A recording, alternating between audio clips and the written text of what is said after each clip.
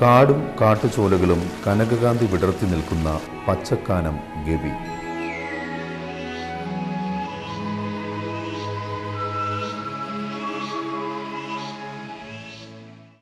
വനത്തിൻ്റെ ആത്മാവിലേക്കുള്ള യാത്രയാണ് പത്തനംതിട്ട ജില്ലയുടെ ഭാഗമായ റാന്നിയിലെ ഗവിയിലേക്കുള്ള ഏത് യാത്രയും.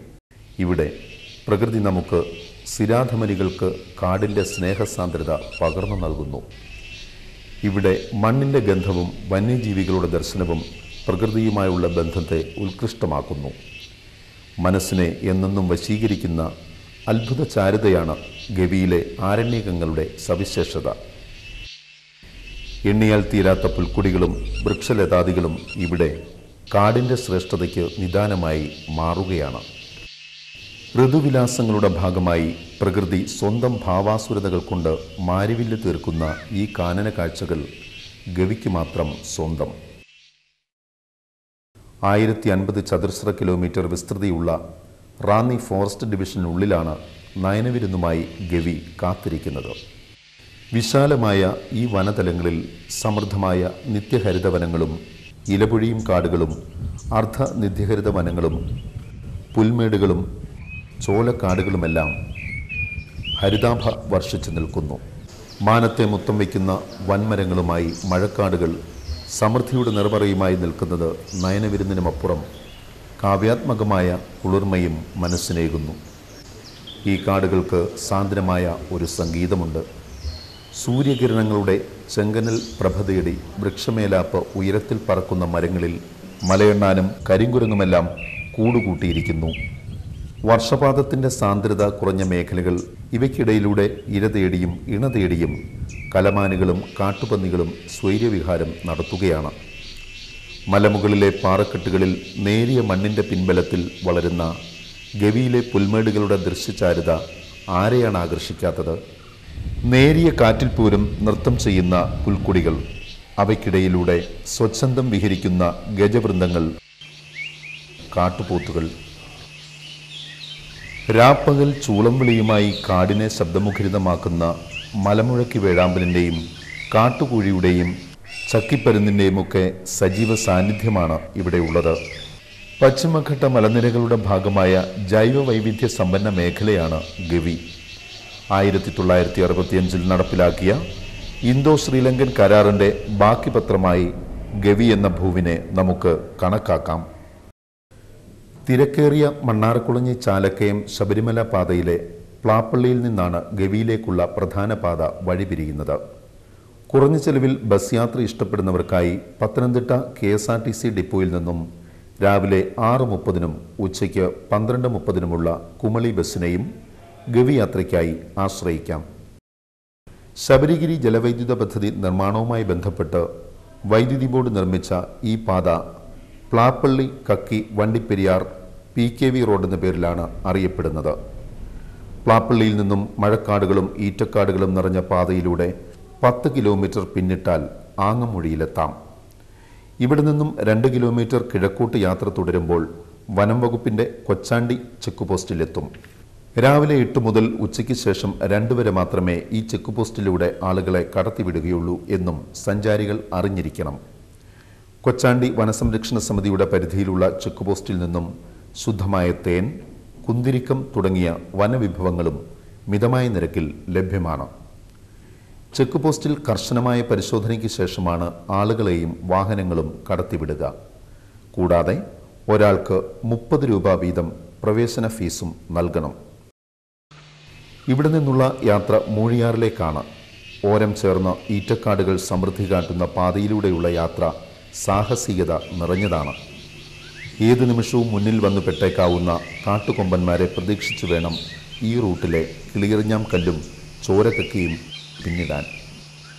ഇവിടെ നിന്നും 12 കിലോമീറ്റർ പിന്നിട്ടാൽ മൂഴിയാർ ജലസംഭരണിയായി.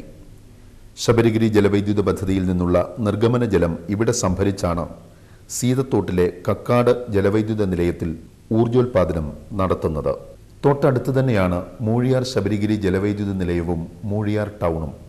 ഗവി യാത്രയിലെ ഒരാകർഷണമാണ് പവർ ഹൗസിലേക്ക് വെള്ളമെത്തിക്കുന്ന കൂറ്റൻ പെൻസ്റ്റോക്ക് പൈപ്പുകൾ. യാത്രയിൽ വലതുഭാഗത്ത് മലമുകളിലായി നാടൻ കമുകിനെ അനുസ്മരിപ്പിക്കുന്ന കമുകിൻ കാടുകൾ കാണാം. കാനകമുക് എന്ന് ശാസ്ത്രലോകം പേരിട്ടിരിക്കുന്ന ഈ സസ്യസമ്പന്നത ഏഷ്യയിൽ ഇവിടെ മാത്രമാണത്രേ കാണപ്പെടുന്നത്. മൂഴിയാറിൽ നിന്നും 18 കിലോമീറ്റർ ദൂരമാണ് ശബരിഗിരിയുടെ പ്രധാന സംഭരണിയായ കക്കിയിലേക്കുള്ളത്. കക്കി സംഭരണിയുടെ ഇരുവശങ്ങളിലുമായി വനസൗന്ദര്യം ഒരുക്കി വെച്ചിരിക്കുകയാണെന്ന് തോന്നിപ്പോകുന്നു. ഋതുശൂന്യമായ മനസ്സിൽ വസന്തം ചമയ്ക്കാൻ പൂക്കളും ശലഭങ്ങളും മയിൽക്കൂട്ടങ്ങളും നിലാവുമെല്ലാം അണിഞ്ഞൊരുങ്ങി നിൽപ്പുണ്ടാവും. ആത്മാവിൽ ഹരിതമുദ്ര ചാർത്തുന്ന ഈ മേഖല ആനയും കാട്ടുപോത്തും വിഹരിക്കുന്ന അപകട മേഖലയാണെന്നും തിരിച്ചറിയുക.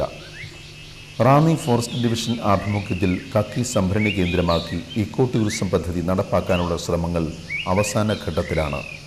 ഇതിനായുള്ള കെട്ടിടങ്ങളുടെ നിർമ്മാണം പൂർത്തിയായി.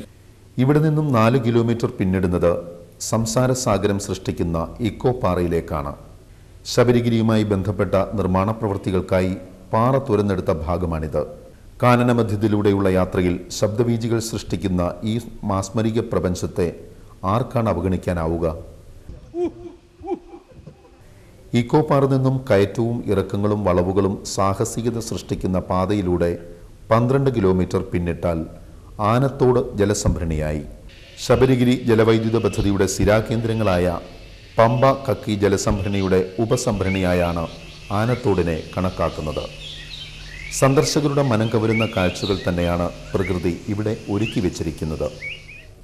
ഇവിടെ നിന്നും 10 കിലോമീറ്റർ കൂടി പിന്നിട്ടാൽ പച്ചക്കാനം ചെക്ക് പോസ്റ്റിലെത്താം.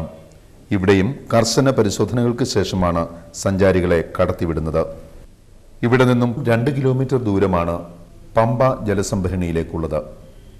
ഗവിയുടെ ദൃശ്യചാരുത ആകർഷിച്ചെത്തുന്നവർക്കായി കൊച്ചുപമ്പ എന്നറിയപ്പെടുന്ന ഇവിടെ സംസ്ഥാന വൈദ്യുതി ബോർഡിന്റെ വക 2 ഇൻസ്പെക്ഷൻ ബംഗ്ലാവുകൾ തീർത്തിരിക്കുന്നു. പമ്പ ഡാമിന് അഭിമുഖമായ ആദ്യത്തെ IBയിൽ 2 മുറികളും ന്യൂ IB എന്ന താഴത്തെ ബംഗ്ലാവിൽ 10 മുറികളുമാണുള്ളത്. ആവശ്യക്കാർക്ക് 0471255403 എന്ന തിരുവനന്തപുരം വൈദ്യുതി ഭവനിലെ ഈ നമ്പറിൽ ബുക്ക് ചെയ്തെത്തിയാൽ IBയിൽ രാപ്പാർക്കാം. ഒരാൾക്ക് 200 രൂപയാണ് നിരക്ക്. ഇവിടെ നിന്നും 10 കിലോമീറ്ററാണ് ഗവിയിലേക്കുള്ളത്. ഇവിടെ ഗവി ജലസംഭരണിയുമായി ബന്ധപ്പെട്ട് സംസ്ഥാന വനവികസന കോർപ്പറേഷനാണ് വിനോദസഞ്ചാര കേന്ദ്രം ഒരുക്കിയിരിക്കുന്നത്. വിസ്മയഭരിതമായ കാഴ്ചകൾ കുതൂഹലവും ഉജ്ജ്വലവുമായി മനസ്സിനെ ഉദ്ദീപിപ്പിക്കും വിധമാണിവിടെ പ്രകൃതി അണിഞ്ഞൊരുങ്ങിയിരിക്കുന്നത്. ജലസംഭരണിയിലെ നീല ജലാശയത്തിലൂടെയുള്ള ബോട്ടിംഗാണിവിടെ പ്രധാന ആകർഷണം.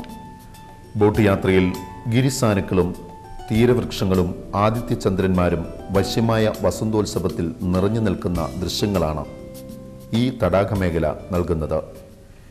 പെരിയാർ കടുവ സങ്കേതത്തിൻ്റെയും റാന്നി ഫോറസ്റ്റ് ഡിവിഷൻ്റെയും അതിർത്തി മേഖലയായ ഈ വനതലങ്ങൾ ജൈവസമ്പന്നത കൊണ്ടും ശ്രദ്ധേയമാണ്. പരിശുദ്ധ ബൈബിളിൽ പ്രതിപാദിക്കുന്ന നോഹ പെട്ടകം നിർമ്മിക്കാൻ ഉപയോഗിച്ചതെന്ന് വിശ്വസിക്കുന്ന നിറമ്പല്ലി എന്ന വൃക്ഷവും ഇവിടെ കാണാം.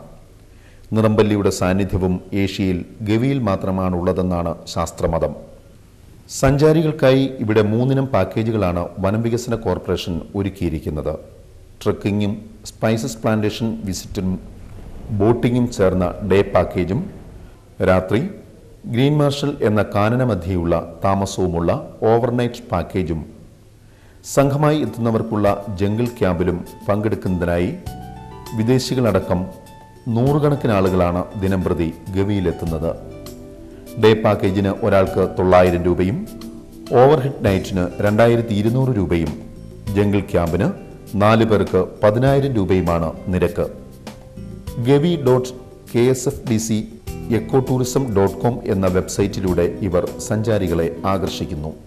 മലീമസമായിട്ടില്ലാത്ത ഗവിയിൽ പ്രകൃതിയെയും പക്ഷിലതാദികളെയും വന്യമൃഗങ്ങളെയും വിജ്ഞാനതൃഷ്ണയോടെ നോക്കിക്കാണാൻ ആഗ്രഹിക്കുന്നവരാണിവിടെ എത്തുന്നവരിലധികവും.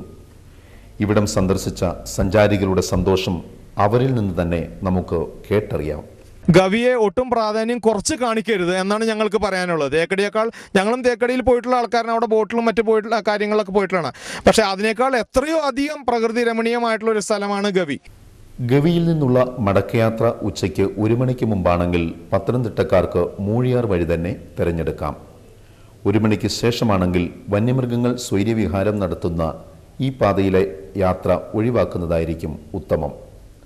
പകരം ഗവിയിൽ നിന്നും 26 കിലോമീറ്റർ ദൂരം കൂടി PKV റോഡിലൂടെ കാനനയാത്ര നടത്തിയാൽ പെരിയാർ കടുവ സങ്കേതത്തിന്റെ ഭാഗമായ വള്ളക്കടവ് ചെക്ക് പോസ്റ്റ് കടന്ന് വണ്ടിപ്പെരിയാറിലെത്തി മുണ്ടക്കയം വഴി നാട്ടിലെത്തുന്നതാവും അഭികാമ്യം.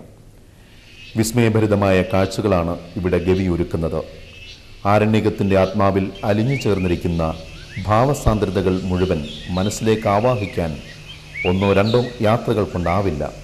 ഓരോ യാത്രയും ഹൃദ്യമായ ദൃശ്യാഘോഷത്തിലേക്ക് നമ്മെ വീണ്ടും വീണ്ടും ക്ഷണിച്ചുകൊണ്ടേയിരിക്കും.